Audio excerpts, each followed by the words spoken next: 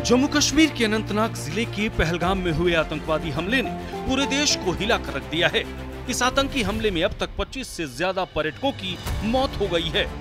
वहीं कई टूरिस्ट घायल बताए जा रहे हैं। सुरक्षा बलों ने सर्च ऑपरेशन शुरू कर दिया है। कहा जा रहा है कि जंगलों में छिपे आतंकियों ने अचानक पर्यटकों पर गोलीबारी शुरू कर दी। सेना की वर्दी में आए 5 से 6 आतंकवादियों ने इस वारदात को अंजाम दिया है। हमले की गंभीरता को देखते हुए केंद्रीय गृह मंत्री अमित शाह पहलगाम पहुंच गए हैं। इससे पहले सऊदी अरब से प्रधानमंत्री नरेंद्र मोदी ने गृह मंत्री अमित शाह से फोन पर बात कर हमले की जानकारी भी ली थी। आपको बता दें कि यह हमला उस वक्त हुआ जब घाटी में टूरिस्ट सीजन अपने चरम पर है। जुलाई से अमरनाथ यात्रा भी शुरू होने जा रही है।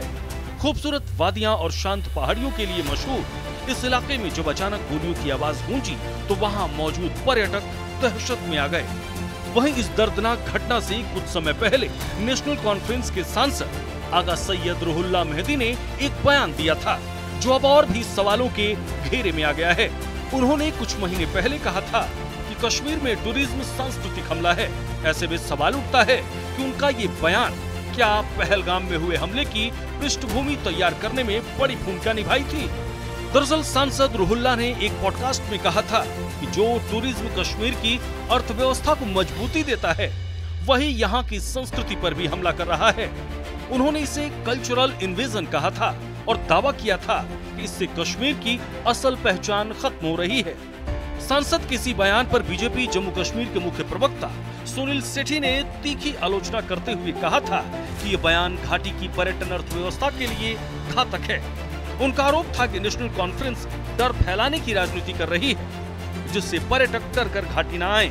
उन्होंने सांसद की टिप्पणी को राजनीतिक आतंकवाद करार दिया था।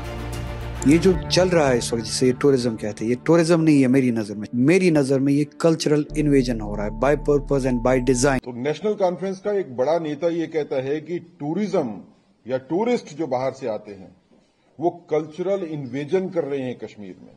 ये इस तरह के जानबूझ के बयानबाजी जो है वो नेशनल कॉन्फ्रेंस की सीनियर लीडरशिप की तरफ से की जाती है। हम ये समझते हैं कि ये नेशनल कॉन्फ्रेंस के द्वारा पॉलिटिकल टेररिज्म की नई वेव है।